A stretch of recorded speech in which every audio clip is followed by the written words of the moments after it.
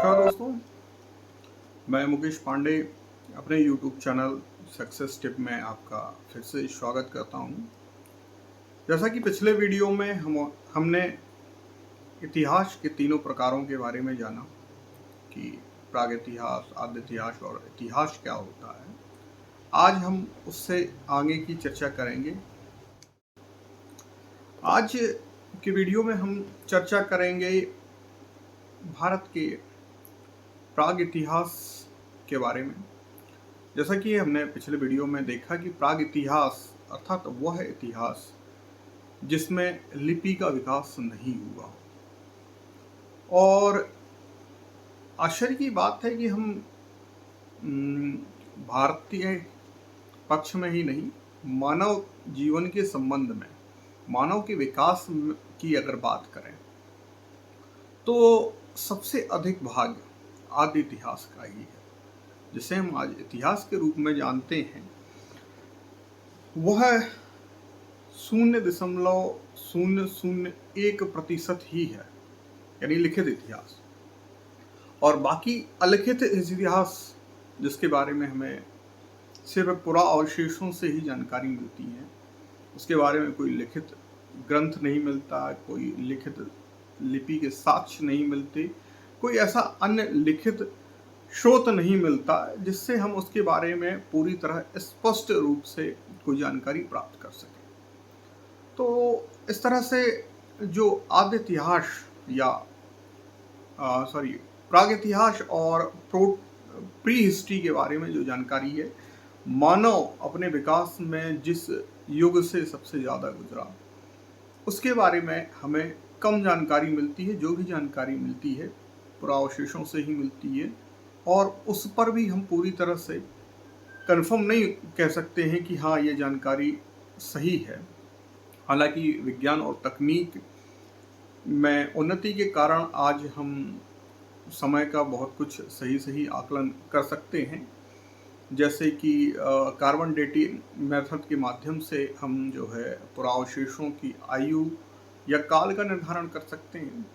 लेकिन बहुत सी चीज़ें आज भी जो है हम अनुमान आधारित ही हैं, हम उन पर पूरी तरह से स्पष्ट नहीं कर सकते क्योंकि हमें उसके बारे में लिखित रूप से कोई चीज़ प्राप्त नहीं हुई है। तो आदि मानव, सामान्य भाषा में उस काल के मानव को आदि मानव ही कहा गया है। और आदि मानव का जन्म जो है, जैसा कि माना जाता है कि अफ्रीका महाद्वीप में हुआ। अफ्रीका महाद्वीप में भी दक्षिण अफ्रीका में, और ऑस्ट्रेलोपिथेकस, होमो इरेक्टस, रामापिथेकस से होते हुए निएंडरथल मानव और वर्तमान में होमो सेपियंस तक यह श्रृंखला चली। प्रारंभ में मानव भी वनमानुष जैसे गोरिल्ला और चिंपांजी की तरह जंगल में पेड़ों पर रहता था। फिर यकायक उसे किसी कारणवश पेड़ों से उतरना पड़ा। तो पेड़ों पर जब वो रहता था तब उसका आवागमन जो है चारों पैरों से होता था। जैसे अगर आप देखें कभी चिंपांजी को, आपने किसी चिड़ियाघर में या किसी फिल्म में देखा होगा, तो चिंपांजी भी अपने दोनों हाथों को पैरों की तरह इस्तेमाल करता है, मुट्ठियों के बल चलता है। तो मानव भी उस तरह से चलता था। धीरे धीरे वह जमीन पर आया। जमीन पर आया तो चूंकि अफ्रीका में सवाना जैसे घास के मैदान हैं, तो उन घास के मैदानों में लंबी लंबी ऊंची ऊंची घास होती थी। तो अब यदि वह मानव चार पैर पर चल रहा है तो उसे बहुत आगे का नहीं दिखाई देता था। और चूंकि उस समय जंगलों में हिंसक जानवरों की संख्या बहुत अधिक थी, तो एक हमेशा खतरा बना रहता था। तो मानव ने धीरे धीरे अपने हाथों को ऊपर उठाना चालू किया और शरीर को ऊपर उठकर देखने की कोशिश की।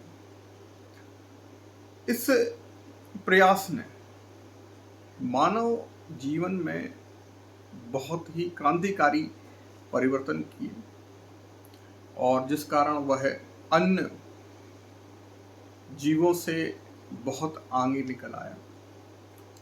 मानव ने जब अपने दोनों हाथों को फ्री छोड़ा और पैरों पर खड़ा होना सीखा, उससे कई फायदे हुए। सबसे पहले चीज कि उसके हाथ स्वतंत्र हो गए, वह पैरों के बल पर चलने लगा। स्वतंत्र होने की वजह से वह काफी दूर तक देख सकता था। उसके चेहरे में भी बदलाव आए कि जो इस तरह से उसकी रीढ़ की हड्डी पे ये चेहरा जो लगा हुआ है, और जब वो झुक के चलता था तो चेहरे की स्थिति ये थी, नीचे की तरफ झुका हुआ, जैसे आज भी हम जीवों में देख सकते हैं इस तरह से झुका हुआ। लेकिन जब वो उठा तो ये चेहरा सामने की ओर आया, ये उसका मुंह हुआ। और ये चेहरा सामने के आने के कारण उसका चेहरा जो पहले लंबा नुकीला इस तरह की आकृति का था, वह ये इस तरह की आकृति में आया। मतलब वर्तमान स्थिति में जो है धीरे धीरे जो उसके जबड़े वाला हिस्सा था, ये जो है अंदर की ओर धंसा, और ये वाला हिस्सा जो काफी छोटा होता था पहले, मस्तिष्क वाला हिस्सा, वह बड़ा हुआ। मस्तिष्क बड़ा होने से उसमें सोचने समझने की क्षमता बढ़ी। आंखें उसकी सामने बिल्कुल सपाट स्थिति में आई। अब वो दोनों आंखों से किसी एक वस्तु पर केंद्रित कर सकता था अपनी निगाहों, और दोनों आंखों से एक ही चीज ज़्यादा फोकस करके देख सकता था। कान छोटे हुए, क्योंकि इनके अब उतनी ज़रूरत नहीं है, क्योंकि आंखें, क्योंकि सीधा खड़ा होने की वजह से आंखें अब दूर तक देख सकती थी, तो कान की आवश्यकता कम हुई, तो कान छोटे हुए। नाक, जो आज भी जीवों में बहुत महत्वपूर्ण अंग है, और अधिकांश जीव जो है नाक के सहारे ही, सूंघकर ही, गंध पहचान कर ही चीज़ों का पता करते हैं। मानव में छोटी हुई और उसकी क्षमता बहुत कम हुई। अगर हम आज भी वन्य जीवों की से तुलना करें तो मानव की ग्रहण शक्ति बहुत कम है। हम इससे समझ सकते हैं कि मानव और कुत्ते की अगर तुलना की जाए तो मानव की तुलना में कुत्ते में सूंघने की शक्ति 20,000 गुना ज़्यादा होती है, जबकि अन्य जीवों की तुलना में आज देखें तो आज मानव की सूंघने की शक्ति लगभग ना के बराबर है। हाथ स्वतंत्र होने के कारण उसमें जो है अंगूठा, जो अन्य उंगलियों के बराबर था पहले, आज भी हम चिंपांजी और गोरिल्ला में देख सकते हैं कि अंगूठा जो उनके लगभग 5 उंगलियां बराबर होती हैं। मनुष्य में अंगूठा छोटा हुआ और इनके विपरीत दिशा में गया। जहां पहले एक ही होता था, विपरीत होने से फायदा हुआ कि पकड़ बनी। अब मनुष्य पकड़ सकता था किसी चीज को, और माइक्रो ग्रिप, किसी छोटी चीज को भी हम आसानी से पकड़ सकते थे। इन चीजों ने जो है मनुष्य में औजार और हथियार का निर्माण किया। अब हथियार की निर्माण की अगर हम बात करें तो कैसे, तो कहा जा सकता है कि जब मनुष्य पेड़ से उतरा, पेड़ से उतरते ही जब किसी हिंसक जानवर का सामना हुआ होगा तो निश्चित तौर पे वह भयभीत हुआ होगा, और उसने कोशिश की होगी भागने की, दौड़ने की। लेकिन उसकी तुलना में अब चूंकि नया नया सीधा हुआ था और 2 पैरों पर चल रहा था, तो उसकी स्पीड उन जानवरों की तुलना में कम थी। तब उसने बचाव के लिए क्या किया, इधर उधर देखा और उसे पत्थर दिखे। तो आज भी सामान्यतः अगर हम कल्पना करें कि हम किसी जंगल में फंस जाएं और हमें कोई जानवर अगर हम पे हमला करता है या हमारा सामना उससे होता है, तो उस स्थिति में हम पत्थर ही उठाएंगे। तो आदिमानव ने वही काम किया, पत्थर उठाया और जानवर की तरफ फेंका। क्योंकि ग्रिप अच्छी बन चुकी थी, अंगूठा बगल में आ चुका था, तो उससे पकड़ अच्छी बनी और उसने हथियार की तरह उसका इस्तेमाल किया। और इस तरह आदि मानव के जीवन में एक नए युग का जन्म हुआ, जिसे पाषाण काल कहा गया। पाषाण काल मतलब पत्थरों का काल, और ये मानव जीवन में बहुत ही महत्वपूर्ण काल है। और सामान्य भाषा में, अंग्रेजी में स्टोन एज कहा गया है। और पाषाण काल चूंकि उसके उपकरण, औजार और हथियारों के आधार पर हमने उसे 3 भागों में बांटा। पुरा पाषाण काल या पूर्व पाषाण काल, मध्य पाषाण काल और नव पाषाण काल। ठीक है, यहाँ बांटने का आधार जो था वो उसके औजार ही थे। पुरा पाषाण काल या पूर्व पाषाण काल सबसे पुराना पाषाण काल में है। तो इस समय जबकि मानव शुरू में विकसित होना प्रारंभ हुआ था, तो इसके उपकरण या हथियार जो थे वो अधिकांशतः प्राकृतिक ही थे। जैसा उसे प्रकृति में मिला वैसा उसने उपयोग किया। लेकिन प्राकृतिक पत्थरों को हमने उपकरण या औजार नहीं माना, इसमें थोड़ा बहुत उसने काट छांट की। और पहला उपकरण जो आदि मानव ने बनाया उसका नाम पुरातात्विक वैज्ञानिकों द्वारा जो है हैंडेक्स रखा गया। हैंड मतलब हाथ, एक्स मतलब कुल्हाड़ी। तो कुल्हाड़ी जैसा नुकीला इस तरह से कुछ रहा। सामने का हिस्सा नुकीला होता था और पीछे का हिस्सा चौड़ा होता था जिससे पकड़ो। तो उस नुकीले हिस्से का प्रयोग जो है मानव ने जीवों को मारने में भी किया, शिकार करने में भी किया, शिकार करने के बाद उसके मांस को काटने में भी किया। तो पहली जो उपकरण रहा वो हैंडेक्स या हिंदी में हथ कुल्हाड़ी जिसे कहा गया। ध्यान रखना, यहाँ कुल्हाड़ी शब्द या एक्स शब्द का प्रयोग जरूर है, लेकिन ये वर्तमान कुल्हाड़ी की तरह नहीं है, ये पत्थर की कुल्हाड़ी है। हाँ, धातु काल में बाद में जब कुल्हाड़ी आएगी तब उसकी चर्चा हम अलग से करेंगे। तो हैंडेक्स का प्रयोग किया। पुरा पाषाण काल में भी जो है उपकरणों की प्रगति के आधार पर भी इसे 3 भागों में बांटा गया। निम्न पुरा पाषाण काल, मध्य पुरा पाषाण काल और उच्च पुरा पाषाण काल। ठीक है, भारत में पुरा पाषाण काल की अगर हम बात करें तो 20,000 ईसा पूर्व से लेकर 20 लाख ईसा पूर्व से लेकर 10,000 ईसा पूर्व तक इसका काल माना गया पुरा पाषाण काल। ठीक है, मतलब भारत में आदि मानव का प्रभाव जो है 20 लाख साल पहले से प्रारंभ हो गया है ना। फिर इसके बाद अगला काल जो आता है मध्य पाषाण काल। जैसा कि नाम से ही स्पष्ट है कि ये मध्य की अवस्था है और 10,000 ईसा पूर्व से लेकर 5,000 ईसा पूर्व, ये कम समय तक ही रहा, 5,000 समय रहा। जो सबसे पुराना है वो सबसे ज़्यादा समय रहा। इस चीज़ का विशेष ध्यान रखें कि जो सबसे पुराना है वो सबसे बड़ा रहा, फिर मध्य वाला बीच के हिसाब से रहा और जो सबसे बाद का है वो सबसे कम समय रहा। ठीक है, तो पुरा पाषाण काल 20 लाख ईसा पूर्व से लेकर 10,000 ईसा पूर्व तक रहा। ठीक है, और फिर मध्य पाषाण काल जो है 10,000 ईसा पूर्व से 5,000 से मात्र 5,000 वर्ष रहा। इस काल का जो सबसे बड़ा तथ्य है वो है कि मानव थोड़ा सा टेक्निकल ज्ञान से अभिभूत हो गया और उसने पत्थरों के छोटे छोटे उपकरण, ठीक है, छोटे छोटे उपकरण जिसे माइक्रोलिथ कहा गया, सूक्ष्म पाषाण उपकरण, और इनका जो है पत्थरों के साथ अन्य चीज़ों का प्रयोग किया उसने।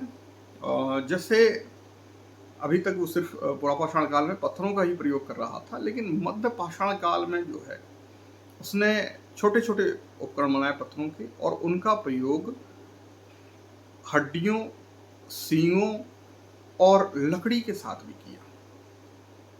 हो सकता है कभी किसी परिस्थिति बस कोई पत्थर का टुकड़ा किसी हड्डी में, लंबी हड्डी में फंस गया हो और उसका प्रयोग करने से देखा कि इससे अच्छी तरीके से हम जो टेक्निक का यूज़ करके बढ़िया काम कर सकते हैं, और उसने उस चीज़ का प्रयोग किया। तो प्रारंभ में हड्डी का प्रयोग किया, जानवरों की जो लंबी हड्डियाँ बचती हैं, हाथ और पैरों की हड्डियाँ, उन हड्डियों में पहले कहीं फंसाया, फिर उसको बांधने का भी प्रयास किया, बांध कर भी प्रयोग किया, फिर हथौड़ी की तरह भी उपयोग होने लगा। आगे चल के सींग का उपयोग किया तो जो हड्डी की तुलना में अधिक मजबूत रहा, तो सींग दो तरफ से काम करते थे कि सींग जो है खुरचने छेदने में भी काम करते थे, इसके साथ उसमें अगर पत्थर बांध ले तो उसका हथौड़े की तरह भी ठोकने पीटने में भी उपयोग हुआ। और आगे चल के उसने लकड़ी का भी प्रयोग किया जो हड्डी और सींग की तुलना में अधिक मजबूत हुए। ठीक है। फिर इसके बाद यहाँ चूंकि बांध का प्रयोग कर रहे थे तो धनुष जैसी अवधारणा भी शुरू हुई। यहाँ एक और महत्वपूर्ण चीज, अग्नि का आविष्कार हो चुका था। अग्नि का आविष्कार क्या कहें, इसको खोज ही कहें, क्योंकि अग्नि पहले से मौजूद थी और मनुष्य को अचानक ही मिली। चूंकि पेड़ों की रगड़ से, खासतौर से बांस जैसे पेड़ों की रगड़ से जंगल में अचानक अग्नि उत्पन्न होती थी और किसी कारणवश कोई शिकार उस अग्नि में गिर गया, गिरने के बाद भुन गया और जब भुना हुआ मांस आदि मानव ने खाया तो उसे बड़ा स्वादिष्ट लगा। तो उसने सोचा कि यार सामान्य कच्चा मांस खाने की तुलना में ये स्वादिष्ट लग रहा है, तो इस अग्नि का प्रयोग किया। तो शुरू में वनों की आगों के माध्यम से ही उसने प्रयोग किया। फिर धीरे धीरे उसने जो है लकड़ियों को रगड़ कर अग्नि उत्पन्न की और फिर आगे चलकर उसने चकमक पत्थर, क्वार्ट्ज नामक जो स्टोन होता है सफ़ेद रंग का, आपने देखा होगा, चकमक पत्थर का प्रयोग भी किया और उसको आपस में रगड़ कर उसमें सूखी घास वगैरह लगाकर उसमें आग उत्पन्न की। इस तरह से मध्य पाषाण काल में ये महत्वपूर्ण परिवर्तन हुआ। अब इसके बाद आते हैं तीसरा महत्वपूर्ण काल जो नवपाषाण काल है। 6000 से 2000 ईसा पूर्व तक का यह काल है और पुरातत्व विज्ञान में नवपाषाण काल को एक क्रांति काल का नाम दिया जाता है। आपको एक चीज बता दें, क्रांति शब्द का प्रयोग जहाँ होता है तो क्रांति जहाँ भी हुई है, चाहे आधुनिक संदर्भ में ले या प्राचीन संदर्भ में, क्रांति शब्द का जहाँ प्रयोग हुआ वहाँ व्यवस्था में पूरी तरह से परिवर्तन आ गया, है ना। मतलब आप ये चीज समझ लें, क्रांति शब्द जहाँ जहाँ भी प्रयोग हुआ व्यवस्था पूरी तरह से बदल गई। जैसे हम आधुनिक संदर्भ में एक शब्द देखें, हरित क्रांति, तो हमारे पूर्व प्रधानमंत्री श्री लाल बहादुर शास्त्री जी ने भारत में हरित क्रांति की शुरुआत की। MS स्वामीनाथन इसके जनक रहे और हरित क्रांति शब्द का प्रयोग इसलिए इसमें हुआ कि इसके पहले हम खाद्यान्नों के लिए अमेरिका और अन्य विकसित देशों पर निर्भर थे।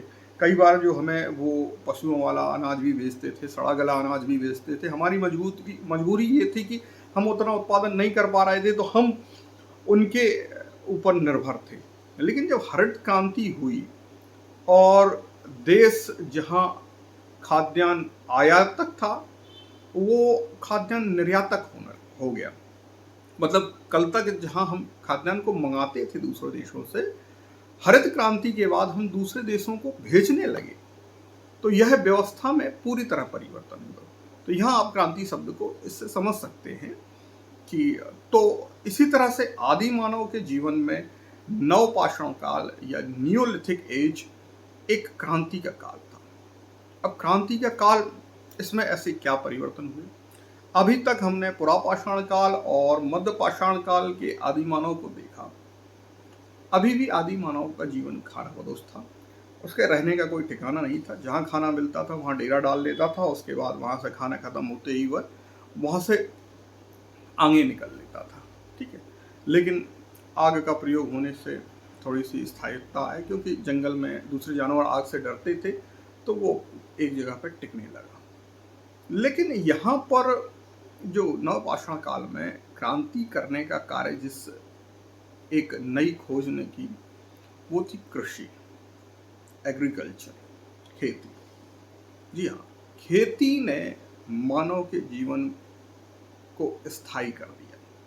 अभी तक वो इधर उधर जो भटक रहा था, अब वो एक जगह ठहर गया, एक जगह रुकने लगा। कैसे?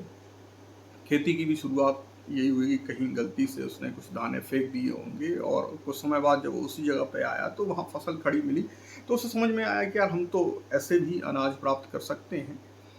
तो उसने खेती के कारण, अब चूंकि अनाज उसने बोया है तो तो अपने अनाज और फसल को लेने के लिए वहाँ रुकेगा। तो उसने आवास बनाना चालू किया, प्रारंभिक आवास, आज की तरह मकान नहीं बनाए उसने। खेती उन जगहों पे की जहाँ पर प्राकृतिक रूप से आवास थे, प्राकृतिक रूप से जैसे गुफा आवास रहे। गुफा आवास मतलब प्राकृतिक रूप से जो गुफाएं बनी थी उन गुफाओं में उसने रहना चालू किया। गर्त आवास, गर्त आवास में मतलब उसने जमीन में गड्ढे खोदे और ऊपर कुछ लकड़ी और टहनियों के माध्यम से आड़ की और वहाँ रहना चालू किया। तो इस तरह से यह जो है निवास रहने लगा। अच्छा, खेती के साथ साथ उसने पशुपालन भी शुरू किया। भारत में कश्मीर में बुर्ज होम नामक एक जगह है जहाँ पर नवपाषाण काल के समय का गर्त आवास भी मिला है और वहाँ एक समाधि या कब्र भी मिली है जिसमें एक व्यक्ति के साथ एक कुत्ते का शव भी दफनाया गया। तो कुत्ते का शव इस बात को प्रमाणित करता है कि मनुष्य ने कुत्ता पाला। भारत मनुष्य का पहला साथी या जीव जो रहा वो कुत्ता रहा। अगर प्रश्न आता है कि मनुष्य ने सबसे पहले किस जीव को पालना प्रारंभ किया तो उसका जवाब होगा कुत्ता। अगर पूछा कि सबसे पुराना साक्ष्य कहाँ मिलता है तो कश्मीर के बुर्ज होम में, है ना। तो कुत्ता पालने का कारण ये था कि कुत्ता उसके शिकार में मदद भी करता था, है ना, और बचे हुए शिकार का जो है बची जूठन होती थी, हड्डियाँ जो होती थी वो मनुष्य उसे दे देते था जिससे उसका भी काम चलता था।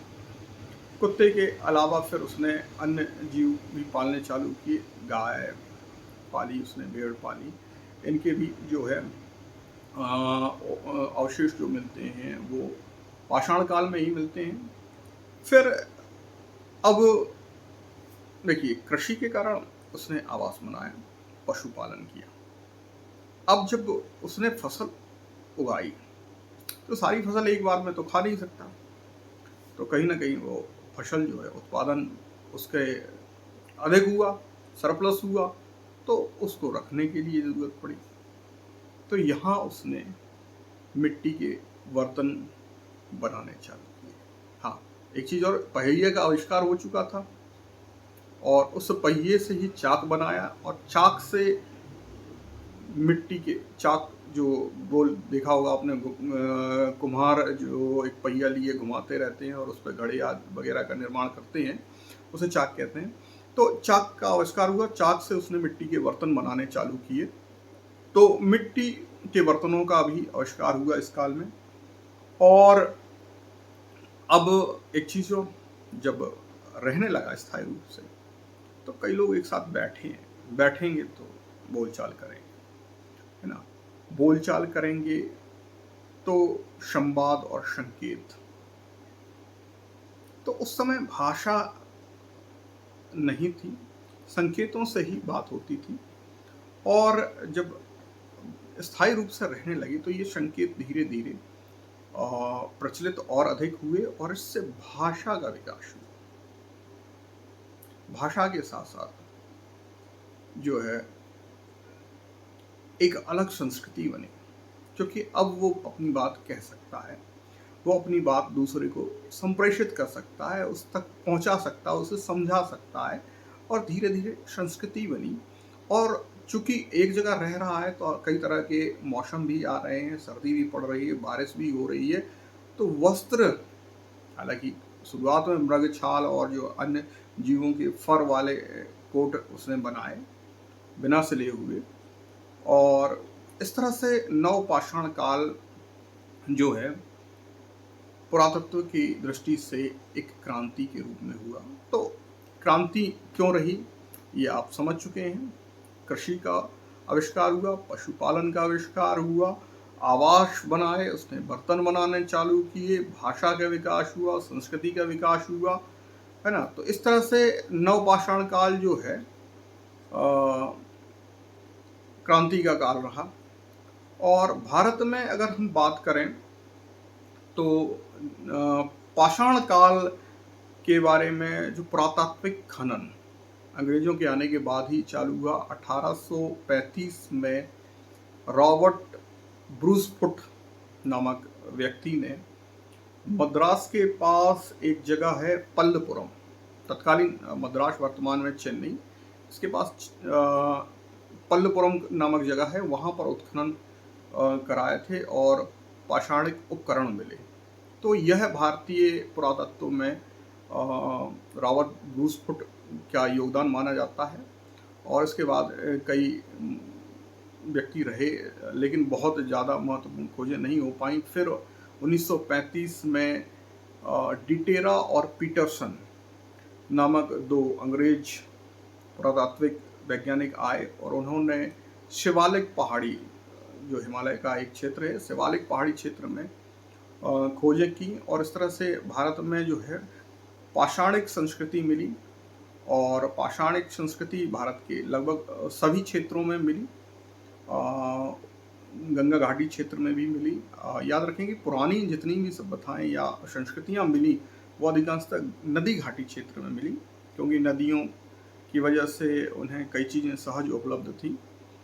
तो ये पाषाण काल से संबंधित एक चर्चा थी और इससे प्रश्न आते हैं, महत्वपूर्ण तथ्य आप ध्यान दीजिए।